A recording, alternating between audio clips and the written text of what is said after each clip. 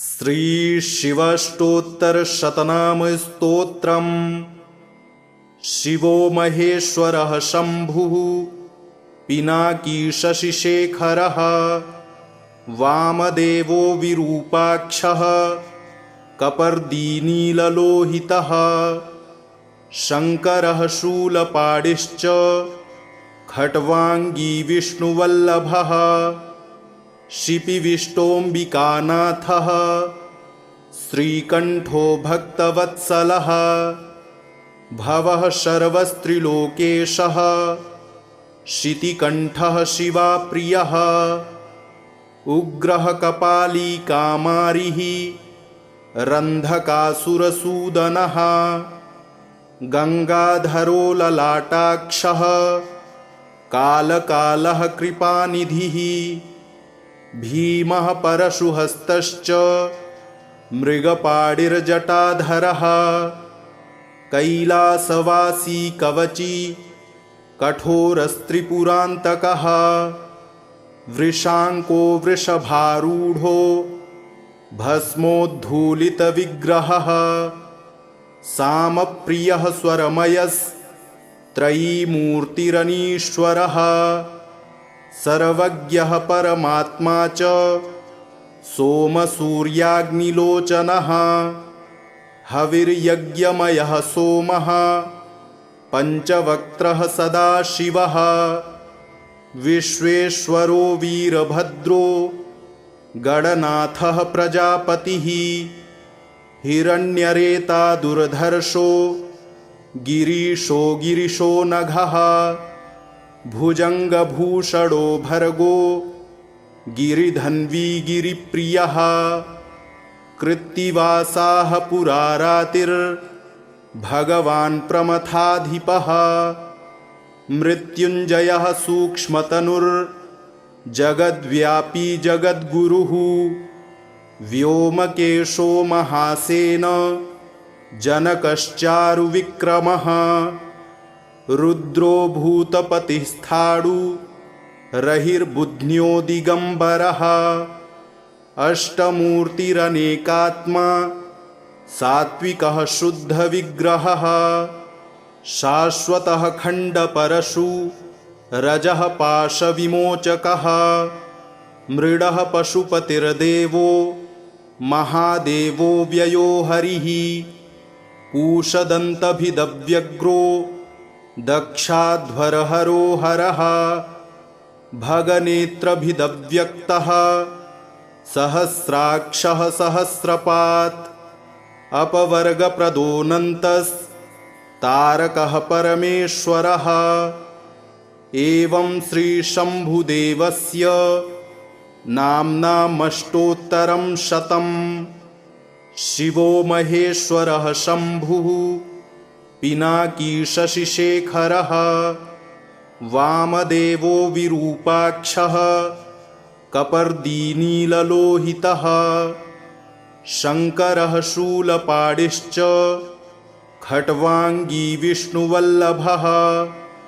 शिपिविष्टोऽम्बिकानाथः श्रीकण्ठो भक्तवत्सलः, भवः शर्वस्त्रिलोकेशः शितिकण्ठः शिवाप्रियः, उग्रः कपाली कामारिः रन्धकासुरसूदनः, गङ्गाधरो ललाटाक्षः कालकालः कृपानिधिः, भीमः परशुहस्तश्च मृगपाणिर्जटाधरः, कैलासवासी कवची कठोरस्त्रिपुरान्तकः, वृषाङ्को वृषभारूढो भस्मोद्धूलितविग्रहः, सामप्रियः स्वरमयस्त्रयीमूर्तिरनीश्वरः, सर्वज्ञः परमात्मा च सोमसूर्याग्निलोचनः, हविर्यज्ञमयः सोमः पञ्चवक्त्रः सदाशिवः, विश्वेश्वरो वीरभद्रो गणनाथः प्रजापतिः, हिरण्यरेता दुर्धर्षो गिरीशो गिरिशो नघः भुजङ्गभूषणो भर्गो गिरिधन्वी गिरिप्रियः कृत्तिवासाः पुरारातिर्भगवान् प्रमथाधिपः मृत्युञ्जयः सूक्ष्मतनुर्जगद्व्यापी जगद्गुरुः व्योमकेशो महासेन जनकश्चारुविक्रमः रुद्रो भूतपतिस्थाणु रहिर्बुध्न्यो दिगम्बरः अष्टमूर्तिरनेकात्मा सात्विकः शुद्धविग्रहः शाश्वतः खण्डपरशु रजः पाशविमोचकः मृडः पशुपतिर्देवो महादेवो व्ययो हरिः पूषदन्तभिदव्यग्रो दक्षाध्वरहरो हरः भगनेत्रभिदव्यक्तः सहस्राक्षः सहस्रपात् अपवर्गप्रदोऽनन्तस्तारकः परमेश्वरः एवं श्रीशम्भुदेवस्य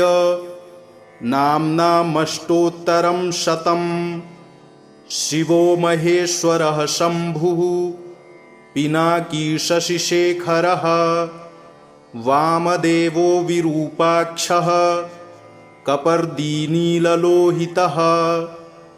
शङ्करः शूलपाणिश्च खट्वाङ्गी विष्णुवल्लभः शिपिविष्टोऽम्बिकानाथः श्रीकण्ठो भक्तवत्सलः भवः शर्वस्त्रिलोकेशः शितिकण्ठः शिवाप्रियः उग्रः कपालीकामारिः रन्धकासुरसूदनः गङ्गाधरो ललाटाक्षः कालकालः कृपानिधिः भीमः परशुहस्तश्च मृगपाणिर्जटाधरः कैलासवासी कवची कठोरस्त्रिपुरान्तकः वृषाङ्को वृषभारूढो भस्मोद्धूलितविग्रहः सामप्रियः स्वरमयस्त्रयीमूर्तिरनीश्वरः सर्वज्ञः परमात्मा च सोमसूर्याग्निलोचनः हविर्यज्ञमयः सोमः पञ्चवक्त्रः सदाशिवः विश्वेश्वरो वीरभद्रो गणनाथः प्रजापतिः हिरण्यरेता दुर्धर्षो गिरीशो गिरिशो नघः भुजङ्गभूषणो भर्गो गिरिधन्वी गिरिप्रियः कृत्तिवासाः पुरारातिर्भगवान् प्रमथाधिपः मृत्युञ्जयः सूक्ष्मतनुर्जगद्व्यापी जगद्गुरुः व्योमकेशो महासेन जनकश्चारुविक्रमः रुद्रो भूतपतिस्थाणु रहिर्बुध्न्यो दिगम्बरः अष्टमूर्तिरनेकात्मा सात्विकः शुद्धविग्रहः शाश्वतः खण्डपरशु रजः पाशविमोचकः मृडः पशुपतिर्देवो महादेवो व्ययो हरिः पूषदन्तभिदव्यग्रो दक्षाध्वरहरो हरः भगनेत्रभिदव्यक्तः सहस्राक्षः सहस्रपात् अपवर्गप्रदोऽनन्तस्तारकः परमेश्वरः एवं श्रीशम्भुदेवस्य नाम्नामष्टोत्तरं शतम् शिवो महेश्वरः शम्भुः पिनाकी शशिशेखरः वामदेवो विरूपाक्षः कपर्दीनीललोहितः शङ्करः शूलपाणिश्च खट्वाङ्गी विष्णुवल्लभः शिपिविष्टोऽम्बिकानाथः श्रीकण्ठो भक्तवत्सलः भवः सर्वस्त्रिलोकेशः शितिकण्ठः शिवाप्रियः उग्रः कपाली कामारिः रन्धकासुरसूदनः गङ्गाधरो ललाटाक्षः कालकालः कृपानिधिः भीमः परशुहस्तश्च मृगपाडिर्जटाधरः कैलासवासी कवची कठोरस्त्रिपुरान्तकः वृषाङ्को वृषभारूढो भस्मोद्धूलितविग्रहः सामप्रियः स्वरमयस्त्रयीमूर्तिरनीश्वरः सर्वज्ञः परमात्मा च सोमसूर्याग्निलोचनः हविर्यज्ञमयः सोमः पञ्चवक्त्रः सदाशिवः विश्वेश्वरो वीरभद्रो गणनाथः प्रजापतिः हिरण्यरेता दुर्धर्षो गिरीशो गिरिशो नघः भुजङ्गभूषणो भर्गो गिरिधन्वी गिरिप्रियः कृत्तिवासाः पुरारातिर्भगवान् प्रमथाधिपः मृत्युञ्जयः सूक्ष्मतनुर्जगद्व्यापी जगद्गुरुः व्योमकेशो महासेन जनकश्चारुविक्रमः रुद्रो भूतपतिस्थाणु रहिर्बुध्न्यो दिगम्बरः अष्टमूर्तिरनेकात्मा सात्विकः शुद्धविग्रहः शाश्वतः खण्डपरशु रजः पाशविमोचकः मृडः पशुपतिर्देवो महादेवो व्ययो हरिः पूषदन्तभिदव्यग्रो दक्षाध्वरहरो हरः भगनेत्रभिदव्यक्तः सहस्राक्षः सहस्रपात् अपवर्गप्रदोऽनन्तस्तारकः परमेश्वरः एवं श्रीशम्भुदेवस्य नाम्नामष्टोत्तरं शतं शिवो महेश्वरः शम्भुः पिनाकी शशिशेखरः वामदेवो विरूपाक्षः कपर्दीनीललोहितः शङ्करः शूलपाणिश्च खट्वाङ्गी विष्णुवल्लभः शिपिविष्टोऽम्बिकानाथः श्रीकण्ठो भक्तवत्सलः भवः सर्वस्त्रिलोकेशः शितिकण्ठः शिवाप्रियः उग्रः कपाली कामारिः रन्धकासुरसूदनः गङ्गाधरो ललाटाक्षः कालकालः कृपानिधिः भीमः परशुहस्तश्च मृगपाडिर्जटाधरः कैलासवासी कवची कठोरस्त्रिपुरान्तकः वृषाङ्को वृषभारूढो भस्मोद्धूलितविग्रहः सामप्रियः स्वरमयस्त्रयीमूर्तिरनीश्वरः सर्वज्ञः परमात्मा च सोमसूर्याग्निलोचनः हविर्यज्ञमयः सोमः पञ्चवक्त्रः सदाशिवः विश्वेश्वरो वीरभद्रो गणनाथः प्रजापतिः हिरण्यरेता दुर्धर्षो गिरीशो गिरिशो नघः भुजङ्गभूषणो भर्गो गिरिधन्वी गिरिप्रियः कृत्तिवासाः पुरारातिर्भगवान् प्रमथाधिपः मृत्युञ्जयः सूक्ष्मतनुर्जगद्व्यापी जगद्गुरुः व्योमकेशो महासेन जनकश्चारुविक्रमः रुद्रो भूतपतिस्थाणु रहिर्बुध्न्यो दिगंबरः अष्टमूर्तिरनेकात्मा सात्विकः शुद्धविग्रहः शाश्वतः खण्डपरशु रजः पाशविमोचकः मृडः पशुपतिर्देवो महादेवो व्ययो हरिः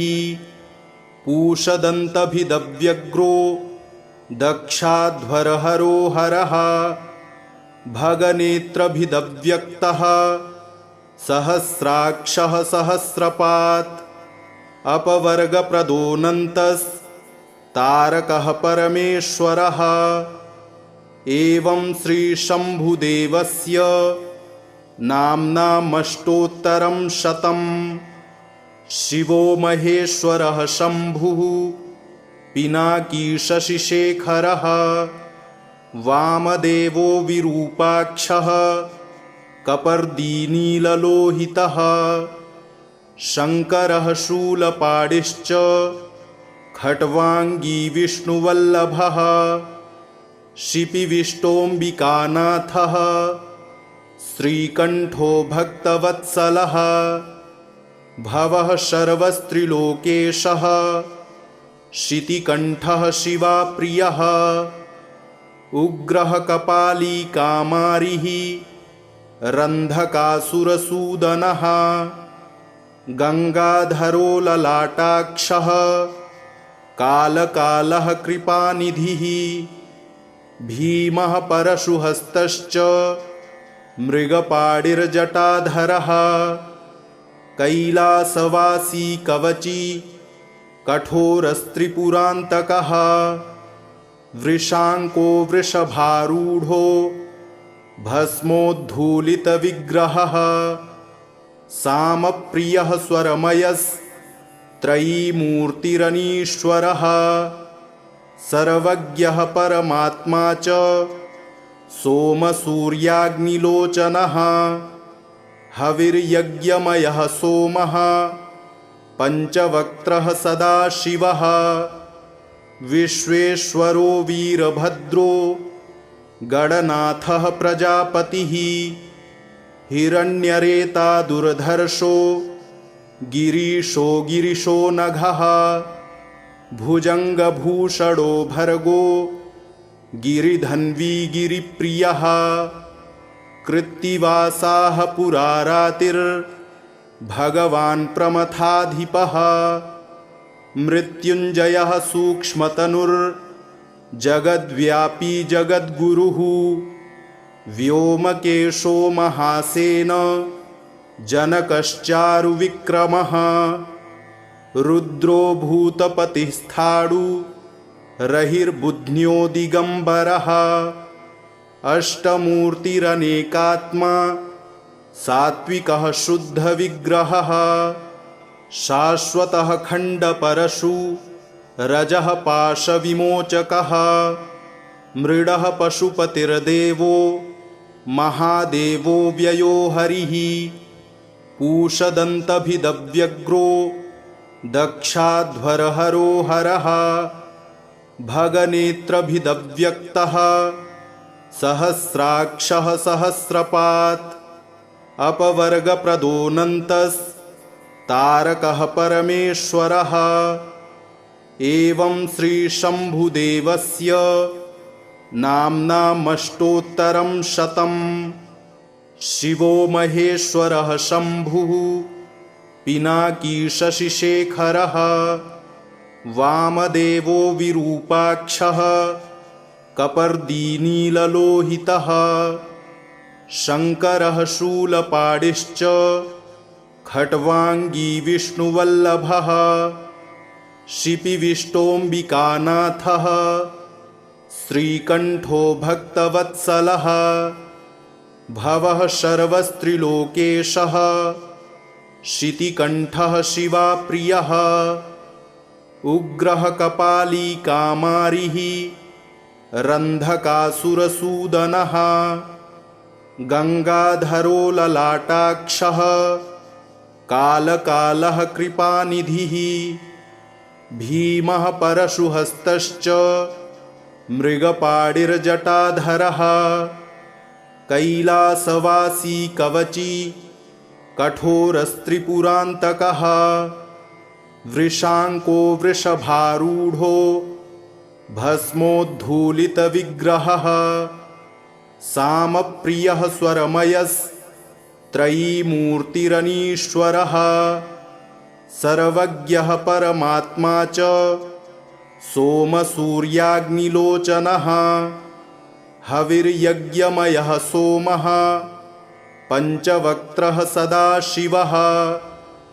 विश्वेश्वरो वीरभद्रो गणनाथः प्रजापतिः हिरण्यरेता दुर्धर्षो गिरीशो नघः भुजङ्गभूषणो भर्गो गिरिधन्वी गिरिप्रियः कृत्तिवासाः पुरारातिर्भगवान् प्रमथाधिपः मृत्युञ्जयः सूक्ष्मतनुर्जगद्व्यापी जगद्गुरुः व्योमकेशो महासेन जनकश्चारुविक्रमः रुद्रो भूतपतिस्थाणु रहिर्बुध्न्यो दिगम्बरः अष्टमूर्तिरनेकात्मा सात्विकः शुद्धविग्रहः शाश्वतः खण्डपरशु रजः पाशविमोचकः मृडः पशुपतिर्देवो महादेवो व्ययो हरिः पूषदन्तभिदव्यग्रो दक्षाध्वरहरो हरः भगनेत्रभिदव्यक्तः सहस्राक्षः सहस्रपात् अपवर्गप्रदोऽनन्तस्तारकः परमेश्वरः एवं श्रीशम्भुदेवस्य नाम्नामष्टोत्तरं शतम् शिवो महेश्वरः शम्भुः पिनाकी शशिशेखरः वामदेवो विरूपाक्षः कपर्दीनीललोहितः शङ्करः शूलपाणिश्च खट्वाङ्गी विष्णुवल्लभः शिपिविष्टोऽम्बिकानाथः श्रीकण्ठो भक्तवत्सलः भवः शर्वस्त्रिलोकेशः शितिकण्ठः शिवाप्रियः उग्रः कपाली कामारिः रन्धकासुरसूदनः गङ्गाधरो ललाटाक्षः कालकालः कृपानिधिः भीमः परशुहस्तश्च मृगपाणिर्जटाधरः कैलासवासी कवची कठोरस्त्रिपुरान्तकः वृषाङ्को वृषभारूढो भस्मोद्धूलितविग्रहः सामप्रियः स्वरमयस्त्रयीमूर्तिरनीश्वरः सर्वज्ञः परमात्मा च सोमसूर्याग्निलोचनः हविर्यज्ञमयः सोमः पञ्चवक्त्रः सदाशिवः विश्वेश्वरो वीरभद्रो गणनाथः प्रजापतिः हिरण्यरेता दुर्धर्षो गिरीशो नघः भुजङ्गभूषणो भर्गो गिरिधन्वी गिरिप्रियः कृत्तिवासाः पुरारातिर्भगवान् प्रमथाधिपः मृत्युञ्जयः सूक्ष्मतनुर्जगद्व्यापी जगद्गुरुः व्योमकेशो महासेन जनकश्चारुविक्रमः रुद्रो भूतपतिस्थाणु रहिर्बुध्न्यो दिगम्बरः अष्टमूर्तिरनेकात्मा सात्विकः शुद्धविग्रहः शाश्वतः खण्डपरशु रजः पाशविमोचकः मृडः पशुपतिर्देवो महादेवो व्ययो हरिः पूषदन्तभिदव्यग्रो दक्षाध्वरहरो हरः भगनेत्रभिदव्यक्तः सहस्राक्षः सहस्रपात् अपवर्गप्रदोऽनन्तस्तारकः परमेश्वरः। एवं श्रीशम्भुदेवस्य नाम्नामष्टोत्तरं शतं। शिवो महेश्वरः शम्भुः पिनाकी शशिशेखरः वामदेवो विरूपाक्षः कपर्दीनीललोहितः शङ्करः शूलपाणिश्च खट्वाङ्गी विष्णुवल्लभः शिपिविष्टोऽम्बिकानाथः श्रीकण्ठो भक्तवत्सलः भवः शर्वस्त्रिलोकेशः शितिकण्ठः शिवाप्रियः उग्रः कपाली कामारिः रन्धकासुरसूदनः गङ्गाधरो ललाटाक्षः कालकालः कृपानिधिः भीमः परशुहस्तश्च मृगपाणिर्जटाधरः कैलासवासी कवची कठोरस्त्रिपुरान्तकः वृषाङ्को वृषभारूढो भस्मोद्धूलितविग्रहः सामप्रियः स्वरमयस्त्रयीमूर्तिरनीश्वरः सर्वज्ञः परमात्मा च सोमसूर्याग्निलोचनः हविर्यज्ञमयः सोमः पञ्चवक्त्रः सदाशिवः विश्वेश्वरो वीरभद्रो गणनाथः प्रजापतिः हिरण्यरेता दुर्धर्षो गिरीशो नघः भुजङ्गभूषणो भर्गो गिरिधन्वी गिरिप्रियः कृत्तिवासाः पुरारातिर्भगवान् प्रमथाधिपः मृत्युञ्जयः सूक्ष्मतनुर्जगद्व्यापी जगद्गुरुः व्योमकेशो महासेन जनकश्चारुविक्रमः रुद्रो भूतपतिस्थाणु रहिर्बुध्न्यो दिगम्बरः अष्टमूर्तिरनेकात्मा सात्विकः शुद्धविग्रहः शाश्वतः खण्डपरशु रजः पाशविमोचकः मृडः पशुपतिर्देवो महादेवो व्ययो हरिः पूषदन्तभिदव्यग्रो दक्षाध्वरहरो हरः भगनेत्रभिदव्यक्तः सहस्राक्षः सहस्रपात् अपवर्गप्रदोऽनन्तस्तारकः परमेश्वरः। एवं श्रीशम्भुदेवस्य नाम्नामष्टोत्तरं शतं। शिवो महेश्वरः शम्भुः पिनाकी शशिशेखरः वामदेवो विरूपाक्षः कपर्दीनीललोहितः शङ्करः शूलपाणिश्च खट्वाङ्गी विष्णुवल्लभः शिपिविष्टोऽम्बिकानाथः श्रीकण्ठो भक्तवत्सलः भवः शर्वस्त्रिलोकेशः शितिकण्ठः शिवाप्रियः उग्रः कपाली कामारिः रन्धकासुरसूदनः गङ्गाधरो ललाटाक्षः कालकालः कृपानिधिः भीमः परशुहस्तश्च मृगपाणिर्जटाधरः कैलासवासी कवची कठोरस्त्रिपुरान्तकः वृषाङ्को वृषभारूढो भस्मोद्धूलितविग्रहः सामप्रियः स्वरमयस्त्रयीमूर्तिरनीश्वरः त्रयीमूर्तिरनीश्वरः सर्वज्ञः परमात्मा च सोमसूर्याग्निलोचनः हविर्यज्ञमयः सोमः पञ्चवक्त्रः सदाशिवः विश्वेश्वरो वीरभद्रो गणनाथः प्रजापतिः हिरण्यरेता दुर्धर्षो गिरीशो नघः भुजङ्गभूषणो भर्गो गिरिधन्वी गिरिप्रियः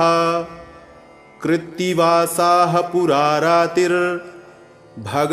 प्रमथाधिपः